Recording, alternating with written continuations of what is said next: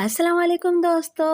मुकम्मिल novel नुस्खा हाय वफ़ा के 7वें हिस्से के साथ हाजिर हूँ। मगर ये नावल पढ़ने और सुनने से पहले आप सब दोस्तों से एक गुजारिश है कि आप सबसे पहले मेरी वीडियो को लाइक कर दीजिए, क्योंकि आप लोग वीडियो देख तो लेते हैं लेकिन वीडियो को लाइक करना भूल जाते हैं। और हाँ, मेरे चैनल को सब्सक्राइब तो आपने कर रखा है ना? अगर नहीं किया तो प्लीज़ जल्दी से मेरे चैनल को सब्सक्राइब कर दीजिए। तो चलिए बढ़ते हैं मुकम्मिल नावल नुस्खा हाय वफ़ा के 7वें हिस्से की जानिब। खुद को संभालो आरजू बीबी। आरजू ने अपने आप को डांटा। क्यों आग में कूदने चली हो? जल जाओगी, खाक हो जाओगी। दिमाग डांट भी रहा था, समझा भी रहा था। दिल ऐसी बेबसी और बेकसी से दम साधे बैठा था कि बस ना भी आए तो रहम आ ही जाए, तरस आ ही जाए। किसी पे भरोसा नहीं है मुझको, ना अपनों पर, ना दूसरों पर, और ना ही खुद पर। बेहतर है कि कदम ज़मीन पर ही रहें। ज़्यादा हवाओं में उड़ने की कोशिश की तो मुंह के बल गिरूंगी। जब तक नींद की परियां मेहरबान नहीं हुई, वो खुद को मलामत करती रही। अगले दिन बाकायदा उसकी नौकरी का आगाज़ था। आज रात से उसे सोना भी बड़ी बी के साथ था, उनके कमरे में। अब तो अरसे से अली सुबह बेदार होने की आदत पड़ गई थी। बेगम साकबा ने 7 बजे आने को कहा था। उसने पहले अम्मी और मामू को नाश्ता बना कर दिया कि वो दोनों भी इस नई जगह बहुत जल्दी बेदार हो गए थे। 7 बजे वो बंगले में अंदर गई। बेगम साकबा अपनी सास के कमरे में थी। आओ, मैं तुम्हारा ही इंतज़ार कर रही थी। आरजू को देखकर वो दोस्ताना अंदाज में मुस्कुराईं। फिर उन्होंने आरजू को वो सब कुछ एक बार फिर समझाया जो वो कल भी बता चुकी थी। अपनी सास के मामूलात, खुराक, दवाएं, एहतियात, सब कुछ उसे अच्छी तरह जहन नशीन कराकर वो अपनी तैयारी करने चली गईं। आरजू किचन में आ गई, बड़ी बेगम साहिबा के लिए नाश्ता बनाने। वहाँ मुसर्रत पहले से मौजूद थी, वो भी मुलाजमा थी। बेगम साकबा ने उससे भी तारुफ कराया था। बीबी साहिबा का नाश्ता बनाना है। आरजू उसके पास जाकर खड़ी हो गई। वही बना रही हूँ। मुसर्रत पोर्ज बना रही थी। सांवली रंगत की, लंबी तड़ंगी, मजबूत काठी की औरत थी। लेजा खुरदुरा मगर मिजाज अच्छा था। वो आरजू से मुखातिब थी। आज तो मैं बना देती हूँ, काम समझ लो, कल से कर लेना। अच्छा। आरजू उसके पास खड़ी उसे देखती रही। तमाम ख्यालात दिमाग से झटक दिए।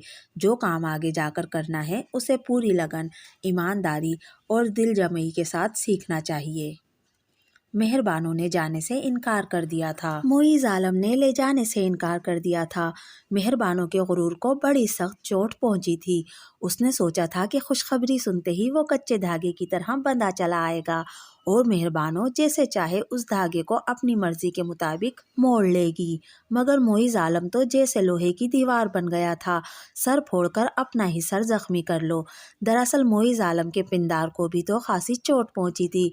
अपनी खानगी जिंदगी के मुतालिक करीबी लोगों की सरगोशियाँ, बातें और अफवाहें सुनकर उन्हें बहुत खिफ़्फ़त महसूस हो रही थी। वो अपने घरेलू और निजी मामलात का अपने कमरे से बाहर जाना पसंद नहीं करते थे। कुजा ये कि वो घर से बाहर लोगों की ज़ुबान के चटखारों का सबब बने। वो चाहते तो थे कि मेहरबानों घर आ जाए और लोगों की ज़ुबानें और मुंह बंद हों, मगर मेहरबानों ने वापस आने की जो शर्त रखी थी वो उन्हें ज़रा बराबर भी कबूल नहीं थी। नाराज़ी और फासले बढ़ रहे थे। मामला तवालत इख्तियार कर रहा था। मुसालहत की राह पर चलने को दोनों में से कोई तैयार न था। हुमैरा ने बेटी को ये बात समझाई कि बच्चे की पैदाइश तक इंतज़ार कर ले, बस। फिर मोइज़ आलम चारों शाने चित हुआ कि हुआ। मेहरबानों ने ये भी कर लिया। कड़कती सर्दियों की एक बहुत ही ठंडी रात में बहुत प्यारे से गुलगोथने बेटे को जन्म देकर उसने सोचा कि अब उसके और मोइज़ आलम के दरमियान सर्द मेहरी की जो बर्फ़ है वो पिघल जाएगी और इस बर्फ़ के साथ साथ मोइज़ आलम भी पिघल जाएगा। उसकी तवक्को किसी हद तक पूरी हुई। पोते का सुनकर दादी आईं, ढेरों ढेर मिठाई लेकर। पोते को देखकर बहुत ही खुश थीं, सारी बातें फरामोश कर दी। घर चलो मेहरबानों, अल्लाह ने खुशी का मौका दिखाया है, उसे सबके साथ मिलकर मनाओ।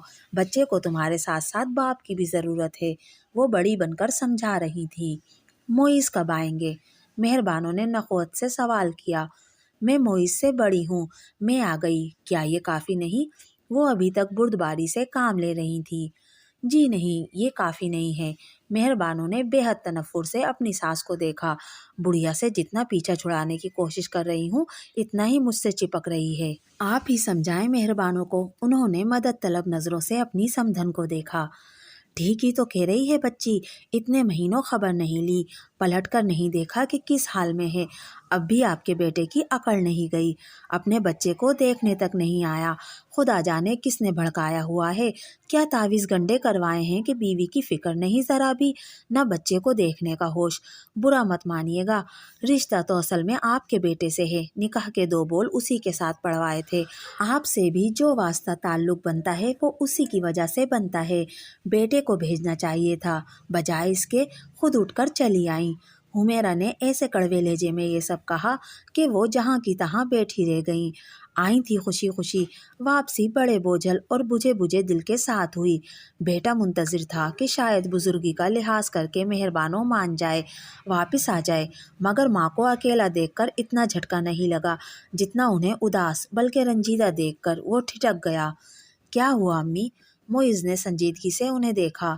بیٹا، میرا خیال ہے کہ مہربانوں کو لینے تم کو ہی جانا چاہیے، آخر کو شوہر تم ہو، اصل رشتہ تو تم سے ہے۔ وہ دل گرفتی کے عالم میں گویا ہوئیں۔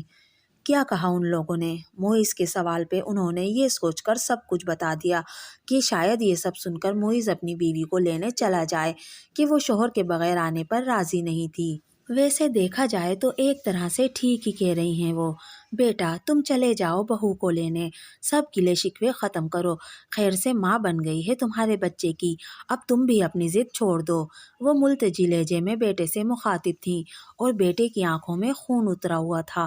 ماں کی عزت اور محبت کے حوالے سے وہ جتنا حساس تھا، خود ماں کو بھی اس کا اندازہ نہیں تھا۔ ان لوگوں کی ہمت کیسے ہوئی آپ کو ذلیل کرنے کی؟ مٹھیاں بھیج کر وہ گھٹی گھٹی آواز میں ماں سے مخاطب ہوا۔ چہرہ غصے سے سرخ ہو رہا تھا۔ ان سب باتوں کو چھوڑو معیز، معاملہ بنانے کی بات کرو۔ بیٹے کا چہرہ اور حالت دیکھ کر وہ بھی گھبرا سی گئی۔ انہیں اندازہ نہیں تھا کہ معیز کا رد عمل اتنا سخت ہوگا۔ معاملہ بنانے کے لیے چھوڑا ہی کیا ہے ان لوگوں نے؟ انتہائی سخت لہجے میں بولتا ہوا وہ ایک جھٹکے سے کمرے سے باہر نکل گیا۔ معیز، معیز، بات تو سنو۔ وہ پیچھے سے آوازیں دیتی رہ گئیں مگر معیز نہیں رکا۔ منگنی کی تقریب گھر میں ہی رکھی گئی تھی۔ ثانیہ کی فیملی نے عاطف اور اس کے مہمانوں کو اپنے گھر ہی بلا لیا تھا کہ ایک ہی جگہ دونوں کی رسم ہو جائے گی۔ ویسے بھی عاطف کی طرف سے مہمانوں کی تعداد بس گنی چنی ہی تھی۔ سسرال سے تو سارے رشتے اور رابطے ختم تھے ان کے، میکے میں بھی والدین رہے نہیں، اور 3 بہن بھائی تینوں ملک سے باہر۔ شادی پہ آنے کا سب نے وعدہ کیا تھا، فی الحال کسی کا بھی آنا مشکل تھا۔ امی نے محلے کے چند افراد بلا لیے تھے اور 1-2 عاطف کے دوست تھے۔ ثانیہ کا گھر ٹھیک ٹھاک بنگلہ تھا جس کی بڑی ساری چھت پہ تقریب کا اہتمام کیا گیا تھا۔ معیز اپنی امی کی خوشی میں خوش تھا۔ وہ خود بھی دل سے خوش ہونا چاہتا تھا۔ ضروری تو نہیں کہ دل کی ہر خواہش پوری ہو، اور یہ بھی ضروری نہیں کہ ادھوری خواہش کے پیچھے انسان جوگ بجوگ میں مبتلا ہو جائے، روگ لگا لے خود کو۔ عاطف یہاں آنے سے پہلے تھوڑا سا پریشان تھا۔ منتشر ذہن کے ساتھ وہ یہاں آیا تھا، پھر دھیرے دھیرے ساری کلفت ڈھلنے لگی، اداسی زائل ہونے لگی۔ ماحول کا اثر تھا یا اس اجتماع کا جو یہاں فقط 2 مہمانان خصوصی کے لیے اکٹھے ہوئے تھے، عاطف اور ثانیہ۔ عاطف ہنستے بولتے مسکراتے چہروں کو دیکھ رہا تھا اور پھر یہ مسکراہٹ سفر کرتی ہوئی اس تک بھی آن پہنچی۔ ثانیہ کو اس کے پہلو میں لا کر بٹھا دیا گیا۔ پور پور سنگھار نکسک سے تیار، جیتی جاگتی خوبصورت سی لڑکی اس کے پہلو میں منگیتر کی حیثیت سے بیٹھی تھی۔ ماحول کا فسوں تھا یا اس کی حقیقت پسندی کہ کچھ دیر کے لیے وہ سب کچھ فراموش کر بیٹھا تھا۔ بڑوں نے انگوٹھیاں پہنا دیں، سب نے مٹھائی کھلائی، دعائیں دیں، تبصرے کیے۔ ماشاءاللہ چاند سورج کی جوڑی ہے۔ امی نے باری باری دونوں کی پیشانی چومی۔ تھوڑی دیر میں باربیکیو کی مزیدار خوشبو نے سب کو بے چین کر دیا اور پھر کھانے کا دور شروع ہو گیا۔ کھانا لذیذ تھا، سب نے ہی تعریف کی۔ امی بہت خوش تھیں۔ ان کے ساتھ جو مہمان گئے تھے سب نے ان کی پسند اور عاطف کی قسمت کو خوب ہی سراہا۔ اس کے سسرال والوں نے مہمانوں کی آؤ بھگت میں کوئی کسر نہ چھوڑی تھی، بڑی عزت اور محبت کے ساتھ خیر مقدم کیا اور اسی طرح رخصت کیا۔ رات گئے جب عاطف سونے کے لیے لیٹا تو دماغ پھر مختلف خیالات کی امہج کا بن گیا۔ एक तो मैं सोचने बहुत लगा हूँ। उसने झिंझलाकर करवट ली। उसी वक्त मोबाइल बजने लगा। आतिफ ने मोबाइल देखा, कोई अजनबी नंबर था। हेलो हेलो, जनाब आतिफ साहब बात कर रहे हैं? जी। वो हैरान हुआ। Happy engagement. शुक्रिया, मगर आप कौन हैं? मैं? शोख आवाज़ खिलखिलाई। मैं वो हूँ जिसे आज आपकी अम्मी ने अंगूठी पहनाई है। आतिफ तेजी से उठकर बैठ गया। आप? उसकी समझ में ही नहीं आया कि आगे क्या कहे। हेलो, क्या हुआ? आप चुप क्यों हो गए? मैं तो चुप ही था, बोल तो आप रही थीं। इतनी देर से मैं वेट कर रही थी कि शायद आप फ़ोन करके मुबारकबाद दें। मजबूरन फिर मुझे ही कॉल करनी पड़ी। वो इतने मान और अपनायत से बात कर रही थी जैसे पता नहीं कितनी पुरानी जान पहचान हो। मैं कैसे कॉल करता? मेरे पास तो नंबर ही नहीं था आपका। आतिफ ने ना चाहते हुए भी सफाई पेश की। अचानक से फ़ोन बंद करना भी बदइखलाकी लग रहा था। देख लें, हमने तो आपका नंबर हासिल कर लिया। कहाँ से? बस कहीं से भी। उसकी आवाज़ में शोखी के साथ नाज भी था। अच्छा, एक बात बताएं। जी। पता नहीं क्या पूछने वाली है। आप खुश तो हैं ना अपनी इंगेजमेंट पर? बात तो खुशी की है, इसलिए खुश हूँ मैं भी। आतिफ ने एक गहरी सांस ली। मैं भी बहुत बहुत बहुत खुश हूँ। इतनी बेतहाशा खुशी की वजह पूछ सकता हूँ? दरअसल मेरी जितनी भी क्लास फेलोज़ और दोस्तें हैं ना, सब की सब ठिकाने लग गईं। या तो शादियाँ हो गई हैं या मंगनियाँ, और नहीं तो कम से कम अफेयर तो ज़रूर ही हैं। एक मैं ही थी अकेली, लंडोरी, ना मंगनी न शादी न कोई और। वो बिना रुके बोलती चली गई। फिर तो आप सुरखरू हो गई आज अपनी दोस्तों में। आतिफ बेसाख्ता हंस पड़ा। मैंने फ़ौरन अपनी फ़ेसबुक आईडी पे स्टेटस लगा दिया है। हम दोनों की जो सबसे अच्छी पिक है वो लगा दी। बाय द वे, आपकी आईडी क्या है? सेंड कर दूंगा। ठीक है, मैं भी आपको अपनी आईडी और वो पिक सेंड करती हूँ जो मैंने लगाई है। अच्छा, अगर आप माइंड ना करें तो मुझे सुबह ऑफिस जाना है, तो मैं। Oh sure. उसने जल्दी से आतिफ की बात काटी, फिर खुदा हाफिज कह के लाइन काट दी। आतिफ ने एक नज़र हाथ में पकड़े मोबाइल को देखा, फिर एक गहरी सांस लेकर आंखें बंद कर लीं। अगले रोज़ उस्मा पुप्पो की तरफ गया तो मिठाई ले गया। अब फासला काफ़ी कम हो गया था। वहाँ कुछ देर बैठने के बाद घर वापस आ जाता। 15-20 मिनट लगते थे। शहीद अहमद की हालत में काफ़ी बेहतरी आ चुकी थी। बस एक बात थी कि वो अब तक कुछ बोलते नहीं थे। अपनी ज़ुबान को उन्होंने खुद ही खामोशी के हाथों गिरवी रखा हुआ था। हाँ, ये ज़रूर था कि अब उनकी आंखें इतनी वीरान, इतनी खाली नहीं रही थीं। उनमें कोई न कोई तासुर नज़र आने लगा था, हल्की सी हैरानी का, खुशी का, इत्मीनान का। आतिफ उनके करीब बैठकर उन्हें अपने हाथ से कुछ खिलाता तो उनकी आंखों में तमानियत और तशक्कुर के साथ हल्की सी एक खुशी की लहर भी नजर आती। मिठाई लेकर पहुंचा तो आरजू बंगले के अंदर थी, बड़ी बेगम साहिबा के साथ। सर्वेंट क्वार्टर में उस्मा फुप्पो और शहीद अहमद थे। फुप्पो ने उसे मुबारकबाद दी। आतिफ ने शहीद अहमद को मिठाई खिलाई। उन्होंने सवालिया नज़रों से उसे देखा। मेरी मंगनी हो गई है, आतिफ ने उन्हें बताया। वो कुछ देर हसरत भरी निगाहों से आतिफ को देखते रहे।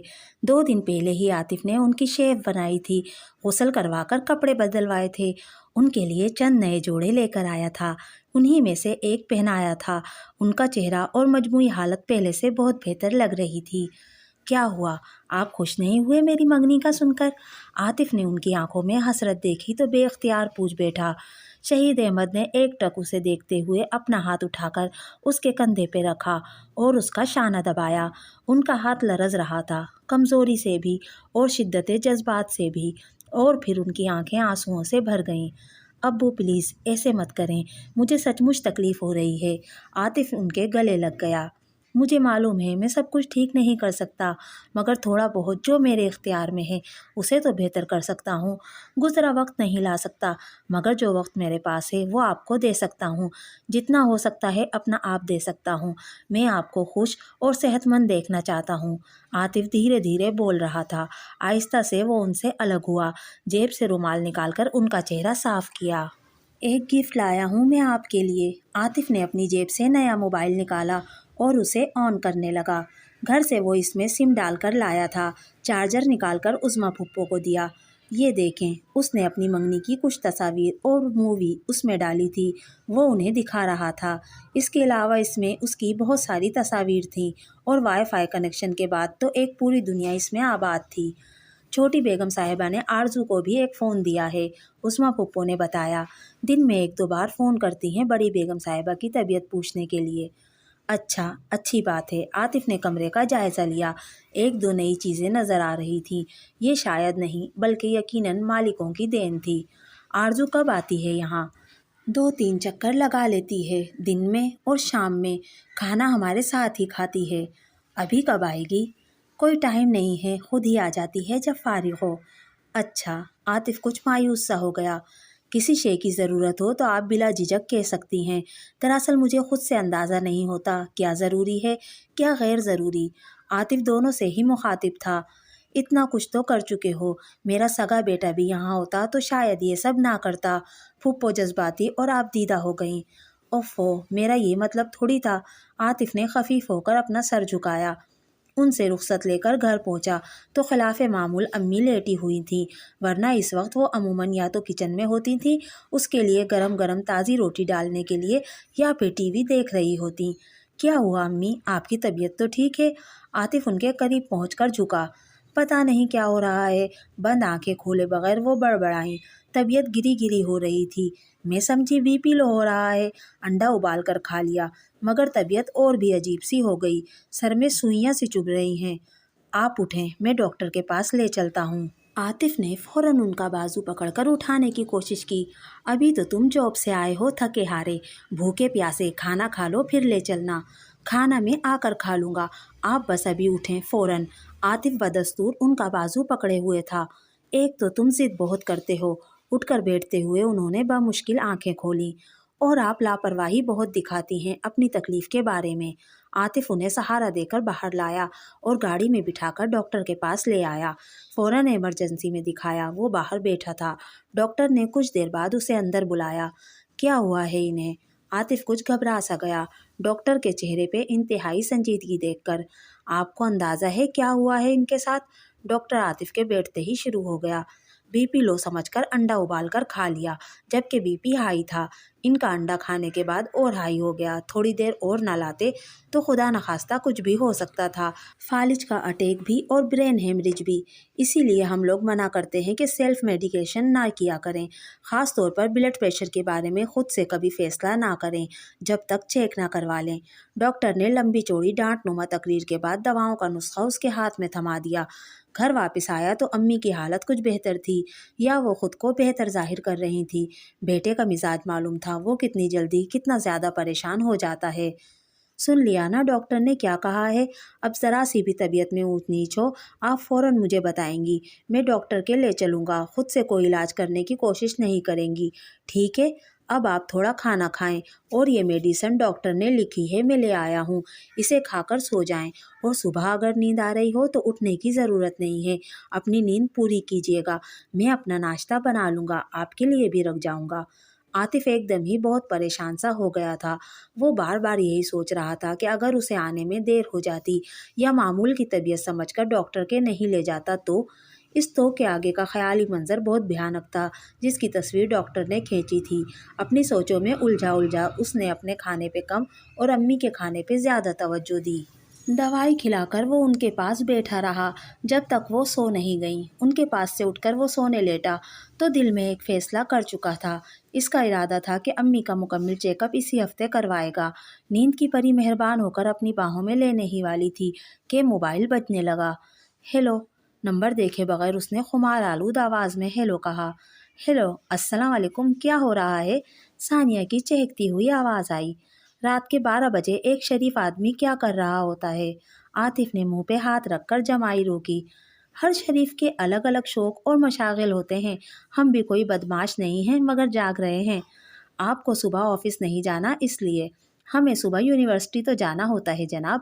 اس کی چھٹی ہو سکتی ہے، جاب کی طرح پابندی نہیں ہے۔ عاطف نے ایک اور جمائی لی۔